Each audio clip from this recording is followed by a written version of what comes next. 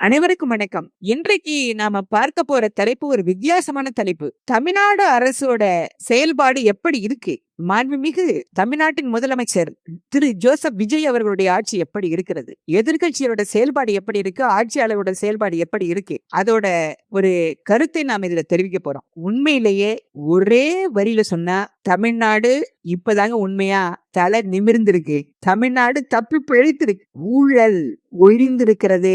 உடனே சொல்லுவீங்க, அவருங்க பண்ணாங்க, இவங்க பண்றாங்க, எதெல்லாம் போய் பிரச்சாரங்கள். அதே போல கமிஷன் ஒழிஞ்சிருக்கு.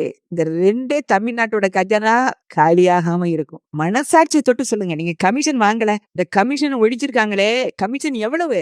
50% கமிஷனுங்க. 1 கோடிக்கு 50 லட்சம் ரூபாய் கமிஷன்.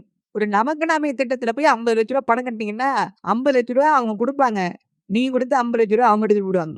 இதான் கமிஷன். தனியார் நிறுவனம் ஒரு சிஎஸ்ஆர் பண்றதுல கூட கமிஷன். இந்த கமிஷன் ஒழிக்கப்பட்டிருக்கிறது. ஊழல் ஒழிக்கப்பட்டிருக்கிறது. லஞ்சம் ஒழிக்கப்பட்டிருக்கு.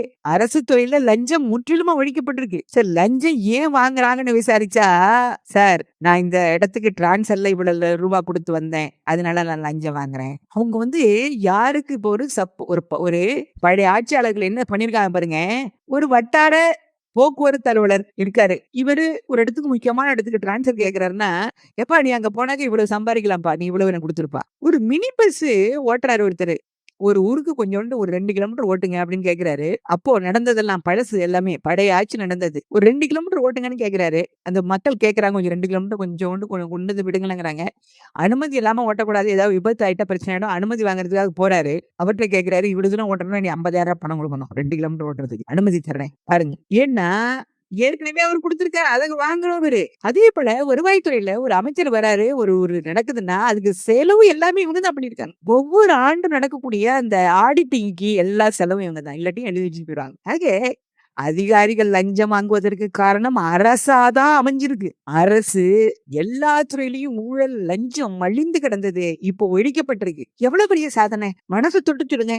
உங்க மனசாட்சி சொல்லுங்க. கரெக்டா சொல்ல மாட்டீங்க நீங்க. மனசாட்சி சொல்லும். கமிஷன் ஒழிக்கப்பட்டிருக்கிறது. நீங்க செஞ்ச கமிஷன் ஒழியப்பட்டிருக்கிறது, ஒழிந்திருக்கிறது. மனசாட்சி சொல்லும். ஊழல் ஒழிஞ்சிருக்கு, உங்க மனசாட்சி சொல்லும். எவ்வளவுங்க ஒரு நியாயம் இல்லையாங்க? நாட்டுக்கு கடன் வாங்கி வச்சு, ஒரு மாநிலத்துக்கு கடன் வாங்கி வச்சிருக்கிற ஃபண்ட்ல இருந்து ஊழல் பண்ணா, இப்ப கடன் பெருகும், வட்டி கொடுக்கணும். எவ்வளவு ஒரு குடும்பத்துல ஒரு ஆள் கடன் வாங்கினா எவ்வளவு சிரமப்படுமோ, அதோட நாட்டுக்கு எத்தனை லட்சம் கோடி கடன் வாங்குறது, எவ்வளவு வட்டி கொடுக்கறது. அந்த கடன் வாங்கின பணத்தை நீங்க சுருட்டிட்டு போனா யாருங்க? ஒவ்வொரு குடிமகன் தலையிலையும், அந்த மாநிலத்தில் இருக்கக்கூடிய ஒவ்வொரு மக்கள் தலையிலையும் எவ்வளவு கடன் அமையுது. யோசிக்கிறீங்களா? அடிச்சுட்டு போயிட்டீங்க. எவ்வளவு பெரிய மாற்றத்தை கொண்டு வந்திருக்கிறாரு. உண்மையிலேயே போனாங்க தமிழ்நாட்டுல இன்றைக்கு வரைக்கும் இருந்த முதலமைச்சர்ல காமராஜருக்கு அடுத்தபடியா, சரி அடுத்து இடையில நிறைய பேர் இருந்தாங்க, இல்லைன்னு சொல்ல முடியாது. ஆனால் அவர்கள் காலத்துல இருந்ததையும் மாற்றி இருக்கிறார். இப்போ அவர்கள் காலத்திலயும் பல முதலமைச்சர் காலத்துல இருந்தது கமிஷன் இருந்துச்சு, இல்லன்னு இல்ல. சுமார் எனக்கு தெரிஞ்சே பல ஆண்டுகளாக இருந்திருக்கு. சுமார் சொல்ல போனாலும் ஒரு 60, 65, 20, 50 ஆண்டுகளுக்கு குறையாமல் இருந்துச்சு இந்த கமிஷன். ஊழல் லஞ்சம். இந்த தமிழ்நாடு அரசு சின்னத்தை பார்க்கும் பொழுது அந்த வெறுப்பா பார்த்த காலங்கள்லாம் உண்டு.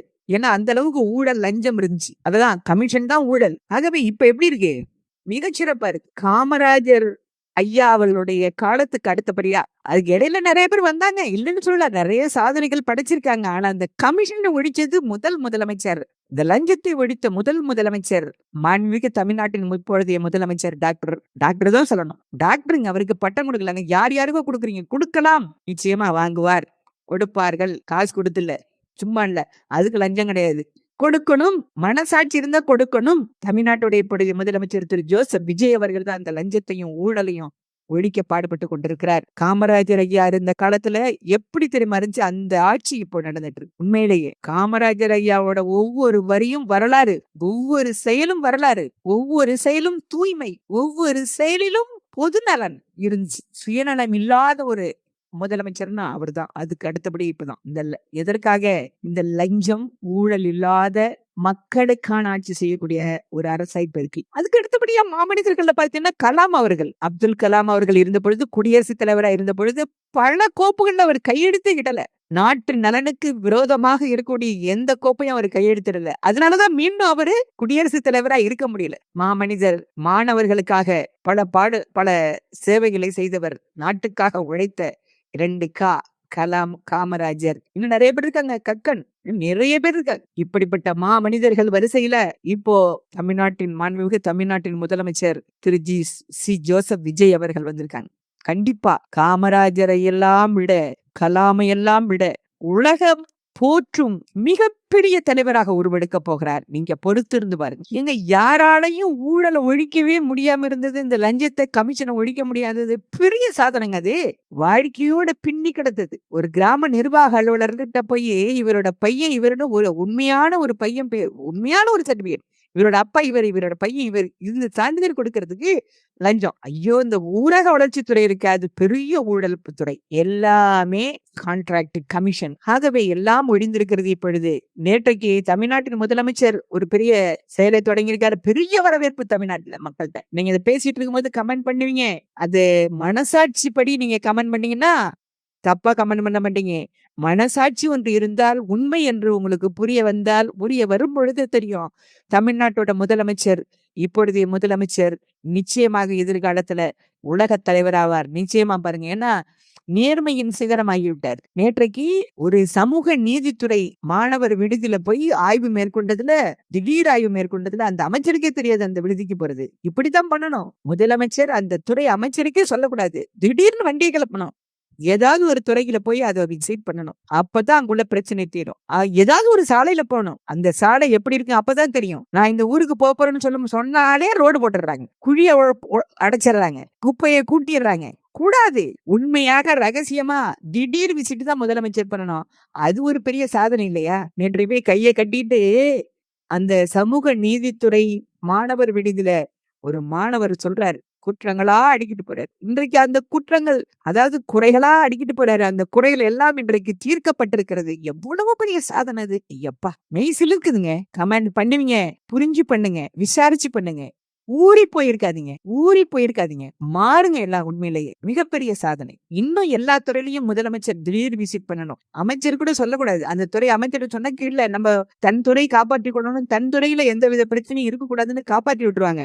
கூடாது. முதலமைச்சர் நேரடியா அமைச்சருக்கே சொல்லாம விசிட் பண்ணணும். அது எதுக்கு நம்ம சொல்றோம்னா, அப்பதான் முதலமைச்சருக்கு தெரியும் இன்னும் நிறைய பிரச்சனைகள் இருக்கு. எல்லாம் இப்படி செய்தால் தீரும், கண்டிப்பா தீரும். ஆனால் உண்மை குற்றவாளி யாருன்னு கண்டுபிடிக்கணும். நிரபராதி தண்டிக்கப்படக்கூடாது. தயவு செய்து. பாவம். ஒரு கடந்த 2 நாளா ஓடிட்டு இருக்கு அங்கன்வாடி துறை, அதாவது சமூக நலத்துறையில உள்ள அங்கன்வாடி. முட்டைய போய் வெயிட் போடுறதுக்கு வர்றாரு. முட்டையை வெயிட் போடுறதுக்கு, அந்த முட்டை சின்னதா வர்றதுக்கு அந்த அங்கன்வாடி பணியாளரா காரணம், இந்த சமையலர் காரணமா, அல்லது அந்த அங்கன்வாடியில வேலை பார்க்கக்கூடிய அந்த அங்கன்வாடி ஆசிரியர் காரணமா? அந்த முட்டை கொள்முதல் செய்யறது கடந்த ஆட்சியில இருந்தே இன்னும் ஒரே டெண்டர் தான். நான் மாறவே இல்லை. எல்லாம் மாறிட்டு இருக்காங்க. பட்ஜெட் வந்தோடனே எல்லாம் மாறிடும். டெண்டர் விடும்போது எல்லாம் மாறிடும். இன்னும் அந்த பழைய டெண்டர் தான் ஓடிட்டு இருக்கு. அவரு இந்த குட்டியோன்னு முட்டை, குருவி முட்டை மாரி இருக்கு. கோழி முட்டை மாரி இல்ல, சிட்டுக்குருவி முட்டை மாரி கொண்டு வந்து இறக்குறாங்க. எல்லாம் கமிஷன்ல போயிடுச்சு. கமிஷன்ல போயிட்டு, ஊழல்ல போயிட்டு எல்லாம் கொண்டு வந்து யாரு காரணம்? அந்த கான்ட்ராக்டுக்கார போய் கேட்கணும். பாவம், குறைவான ஒரு சம்பளம் வாங்குற ஒரு அங்கன்வாடி ஊழியரை போய் 1000 கேள்வி கேட்டு அவங்கள படுத்துறீங்களா நியாயமா? கான்ட்ராக்ட் அப்படிங்க, கமிஷன் கொடுத்தவரை பிடிங்க. இப்படி முதலமைச்சர் அவர்கள் உண்மை குற்றவாளி யாருன்னு கண்டுபிடிக்கணும். உண்மையிலேயே இந்த ஆட்சி மிகச் சிறப்பாக போய்கொண்டிருக்கு. எதிர்கட்சிகள் தயவு செய்து நாட்டின் நலன் கருதி சரியாக ஆலோசனை கொடுங்க. குற்றம் சுமத்த வேண்டும் என்று குற்றம் சுமத்தாதீங்க. குற்றம் சுமத்த வேண்டும் என்று குற்றத்தை ஏற்படுத்தாதீங்க. அண்டர் கிரவுண்ட் வேலை பண்ணாதீங்க. தயவு செய்து நம்ம மாநிலம், நம்ம நாட்டு மக்கள், ஆகவே அது யாராக இருந்தாலும் நீங்களே நல்ல ஒரு முதலமைச்சரா இருந்தா உங்களையே திருப்பி கொண்டுருவாங்க. யாரு ஒரு நல்ல ஆட்சியாளரோ அவர்கள் சிறப்பாக பணியாற்றணும்னா அவருக்கு வழி விடுங்க. யாராக இருந்தாலும் சரி, ஒரு சட்டமன்றம் யாரா இருந்தாலும் நேர்மையாக இருக்கிறவர்களுக்கு ஆதரவு கொடுங்க, ஆலோசனை கொடுங்க. வேண்டுமென்றே பழி ஏற்படுத்தாதீங்க. வேண்டுமென்றே அண்டர் கிரவுண்ட் வேலையெல்லாம் பண்ணாதீங்க. தயவு செய்து மனசாட்சி வேண்டும். இறைவன் பார்த்து கொண்டிருக்கிறார் உங்கள் பணியெல்லாம். தயவு செய்து மனசாட்சியோட இருங்க. நல்லாட்சி நடக்கிறது. நல்லாட்சிக்கு ஆலோசனை கொடுங்கள். எதிர்கட்சியாக இருங்கள், எதிரி கட்சியா இருக்காதீங்க என்று கேட்டுக்கொள்கிறேன். உண்மையிலேயே அன்பாக தான் கேட்டுக்கொள்கிறேன். உண்மையிலேயே நல்லாட்சி நடைபெற உதவியாக இருங்கள், ஒத்துழைப்பாக இருங்கள். அது மக்கள் உங்களையும் வாழ்த்துவார்கள், போற்றுவார்கள். அவப்பெயர்கள் எல்லாம் விலகும். நற்பெயர் கிடைக்க துணை இருங்கள். நாளை வேறொரு தலைப்பில் சந்திப்போம். வணக்கம். நன்றி.